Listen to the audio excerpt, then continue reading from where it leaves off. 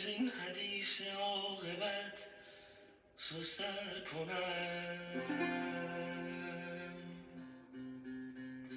خنده مستانه ای زین تلخی نابشراب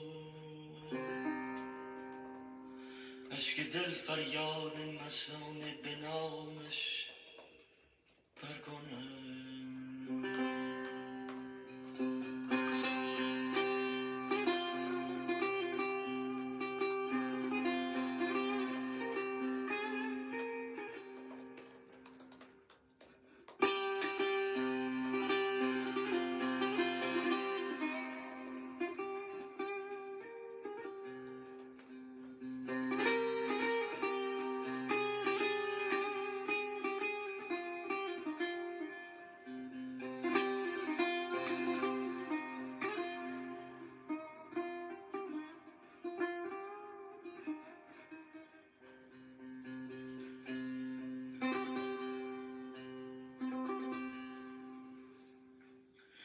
یاد بادا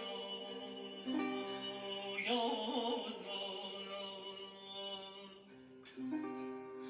یاد بادا ساقیا آن روی همچو هورا آن نگاه اغمل در احمق مشهور را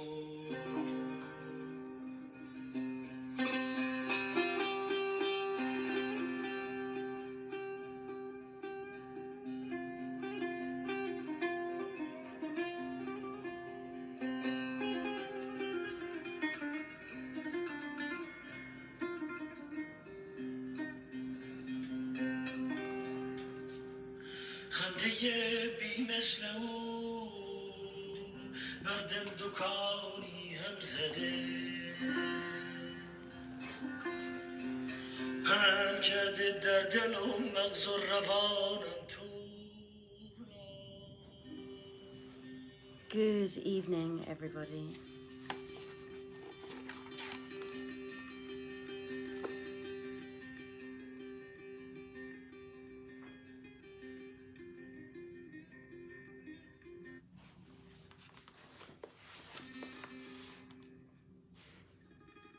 Last night, she brought me wine and sat beside my pillow. Her hair hung loose, her dress was torn, her face perspired. She smiled and sang of love, with mischief in her eyes, and whispering in my ear, she drunkenly inquired, "My ancient lover, can it be that you're asleep?" The true initiate, when offered wine at night, would be a heretic of love if he refused to take the draught he's given and drink it with delight. And as for you, you heretics, you hypocrites, don't cavil at lovers who drain life to the lees, since we were given the nature when the world began, and we must drink the wine that's poured for us, whether from earth or heaven. So, take the laughing wine cup, raise it in your hand, caress your lover's curls, and say, Hafez, Hafez has spoken. How many vows of abstinence the world has seen, so fervently affirmed, and, like Hafez's, broken.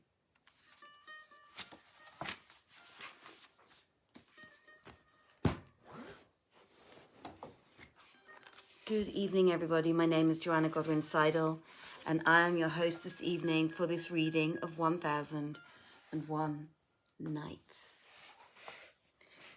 Now, when it was the 470th night, Scheherazade said, "It has reached me, O auspicious king, that after the good wife had lit the fire to baffle the curiosity of her women neighbours, she and her husband made the wuzu ablution and stood up to pray, when behold, one of the neighbours' wives came and asked leave to take a firebrand from the oven. "Do what thou wilt with the oven," answered they. But when she came to the fire, she cried out, saying, "Ho! Such an one," to the tray-maker's wife, "take up thy bread ere it burn." Quoth the wife to her husband, "Hearest thou what she saith?" Quoth he, "Go and look." So she went up to the oven, and behold, it was full of fine bread and white.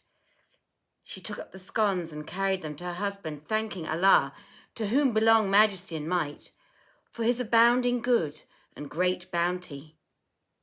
And they ate of the bread and drank water and praised the Almighty. Then the woman said to her husband, "Come, let us pray to Allah the Most Highest, so haply he may vouchsafe us what shall enable us to dispense with the weariness of working for daily bread, and devote ourselves wholly to worshipping and obeying him." The man rose in assent and prayed, whilst the wife said, "Amen," to his prayer. And when the roof clove in sunder, and down fell a ruby which lit the house with its light, hereat they redoubled in praise and thanksgiving to Allah, praying what the Almighty willed, and rejoiced at the ruby with great joy.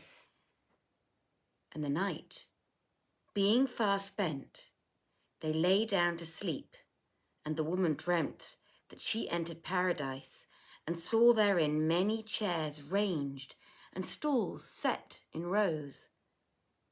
She asked what the seats were for, and it was answered her, "These are the chairs of the prophets, and those are the stools of the righteous and the pious." Quoth she, "Which is the stool of my husband, such an one?" And it was said to her, "It is this." So she looked, and seeing a hole in its side, asked, "What may be this hole?" And the reply came, "It is the place of the ruby that dropped upon you from your house roof." Thereupon she awoke, weeping and bemoaning the defect in her husband's stool among the seats of the righteous. So she told him the dream and said to him, "Pray Allah, O man, that this ruby return to its place. For endurance of hunger and poverty during our few days here were easier than a hole in thy chair among the just in paradise." Accordingly, he prayed to his Lord, and lo, the ruby flew up to the roof and away whilst they looked at it. And they ceased not from their poverty and their piety, till they went to the presence of Allah, to whom be honour and glory. Excuse me.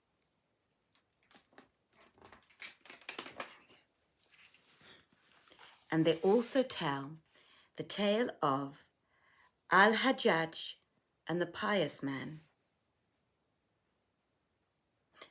Al-Hajjaj bin Yusuf al-Sakafi had been long in pursuit of a certain man of the notables, and when at last he was brought before him, he said, "O enemy of Allah, he hath delivered thee over to me," and cried, "Hale him to prison and lay him by the heels in heavy fetters and build a closet over him, that he may not come forth of it, nor any go into him."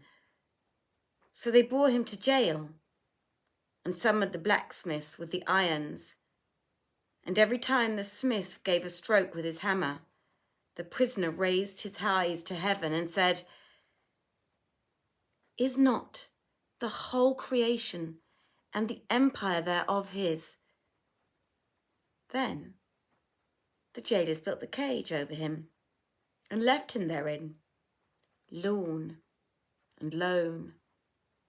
Whereupon longing and consternation entered into him, and the tongue of his case recited in extempore verse. O wish of wistful men, for thee I yearn. My heart seeks grace of one so heart shall spurn. Unhidden from thy sight is this my case, and for one glance of thee I pine and burn. They jailed and tortured me with sorest pains. Alas, for lone one can no aid discern. But I'll be lone, I find thy name befriends, and cheers through sleep to eyes shall ne'er return. And thou accept of me I care for naught, and only thou what's in my heart canst learn.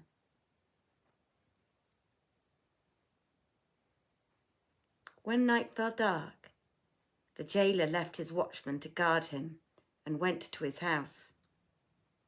And on the morrow, when he came to the prison, he found the fetters lying on the ground and the prisoner gone. Whereat he was affrighted and made sure of death. So he returned to his place and bade his family farewell. After which he took in his sleeve his shroud and the sweet herbs for his corpse, and went in to Al-Hajjaj. And as he stood before the presence, the governor smelt the perfumes and asked, "What is that?" When the jailer answered, "O my lord, it is I who have brought it." "And what moved thee to that?" inquired the governor. Whereupon he told him of his case, and Shahrazad perceived the dawn of day and ceased saying her permitted say.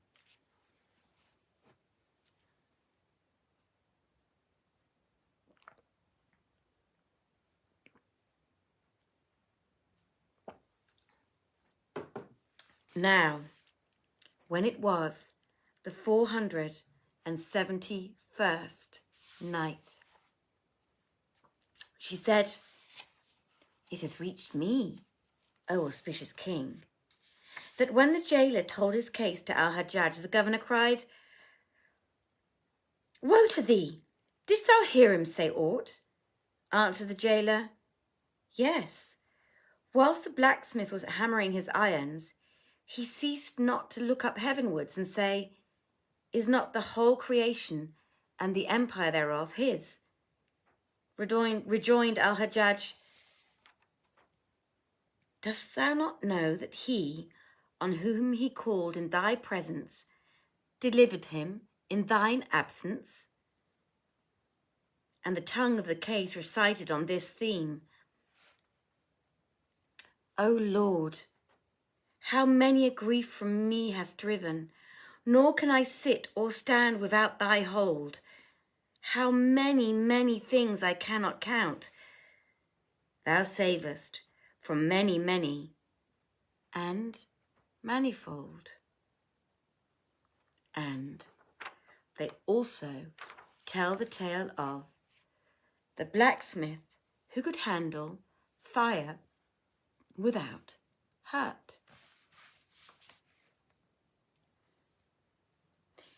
It reached the ears of a certain pious man that there abode in such a tower and such a town a blacksmith who could put his hand into fire and pull out the iron red hot without the flames doing him aught of hurt. So he set out for the town in question and asked for the blacksmith. And when the man was shown to him, he watched him at work and saw him do as he had been reported to him. He waited till he had made an end of his day's work, then going up to him, saluted him with the salam and said, "I would be thy guest this night," replied the smith, "with gladness and goodly gree," and carried him to his place where they supped together and lay down to sleep. The guest watched, but saw no sign in this host of praying through the night, or of especial devoutness, and said in his mind, "Haply he hideth something from me." So he lodged with him a second and a third night, but found that he did not exceed the devotions prescribed by the law and customs of the prophet, and rose but little in the dark hours to pray. At last he said to him, "O my brother, I have heard of the gift which Allah hath favoured thee, and have seen the truth of it with mine eyes. Moreover, I have taken note of thine assiduity in religious exercises, but find in thee no such piety as distinguish those who work saintly miracles. Whence then cometh this to thee?" "I will tell thee," answered the smith. "Know that I was once passionately enamoured of a slave girl, and oftentimes sued her for loveliesse, but could not prevail upon her, because she still held fast by her chastity. Presently there came a year of drought and hunger and hardship. Food failed, and there befell a sore famine. As I was sitting one day at home, somebody knocked at the door. So I went out, and behold, she was standing there, and she said to me, 'O my brother, I am sorely anhungered, and I lift mine eyes to thee, beseeching thee to feed me for Allah's sake.' Quoth I, 'Wottest thou not that I love thee, and what I have suffered for thy sake? Now I will not give thee one bittock of bread, except thou yield thy person to me.' Quoth she, 'Death, but not disobedience to the Lord.' Then she went away, and returned after 2 days, with the same prayer for food as before. I made her a like answer, and she entered and sat down in my house, being nigh upon death. I set food before her, whereupon her eyes brimmed with tears, and she cried, 'Give me meat for the love of Allah, to whom belong honour and glory.' But I answered, 'Not so, by Allah, except thou yield thyself to me.' Quoth she, 'Better is death to me than the wrath and the wreak of Allah the Most Highest.' And she rose and left the food untouched. And Shahrazad perceived the dawn of day and ceased saying her permitted say. Now, when it was the 472nd night.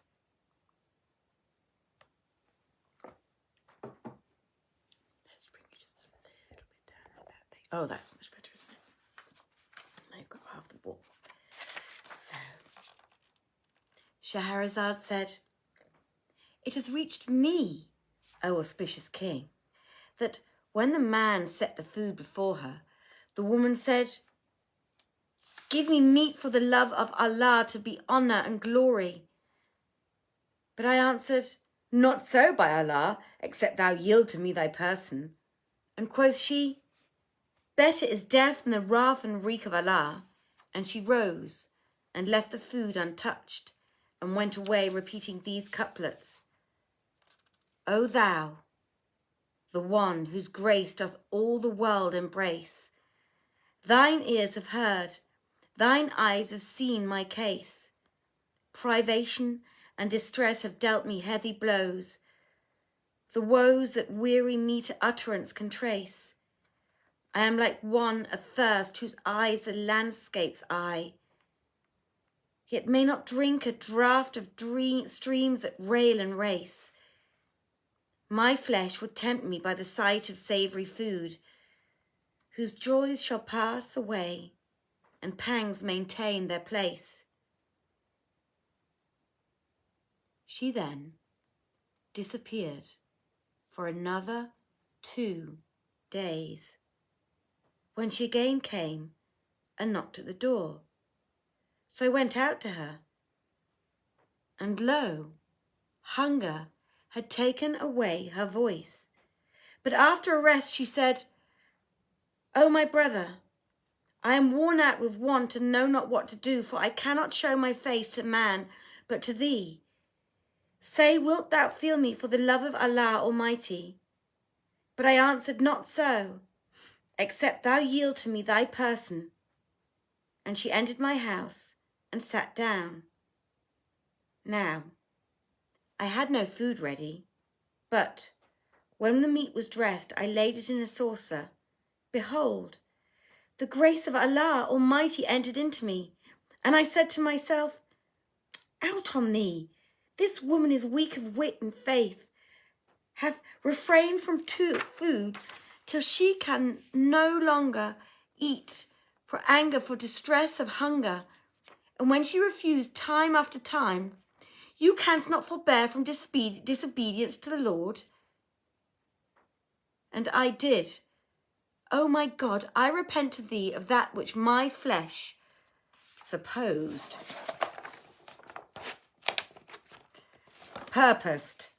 Then I took the food and carrying it to her said, "Eat, for no harm shall betide thee. This is for the love of Allah, to whom belong honour and glory." Then she raised her eyes to heaven and said, "O my God, this man say sooth. I pray thee, forbid fire to harm him in this world and the next. For thou over all things are omnipotent and prevalent in answering the prayer of the penitent." Then I left her and went to put out the fire in the brazier. Now, the season was winter, and the weather cold, and a live coal fell on my body. But by the decree of Allah, to whom be honour and glory, I felt no pain, and it became my conviction that her prayer had been answered. So I took the coal in my hand, and it burnt me not. And going into her, I said, "Be of good cheer, for Allah have granted thy prayer." And Shahrazad perceived the dawn of day and ceased saying her permitted say. So everybody, I really hope you enjoyed this night's reading. It was a great pleasure, as usual, to read for you. I have a very, very busy day tomorrow as I'm organising next season's programme right now, and a lot of other things besides readings and all sorts of wonderful things. So I am going to love you and leave you. If Saman cannot read tomorrow night, I shall take her place for sure and read in her stead. Other than that, I wish you all a very, very pleasant evening. Many blessings from me to you. Take care of yourselves. Stay safe. Stay healthy. Stay happy. Stay wise. And have a beautiful day, a beautiful afternoon, a beautiful evening, and a very good night with very, very sweet dreams. Thank you very much for listening in. Bye-bye. Take care.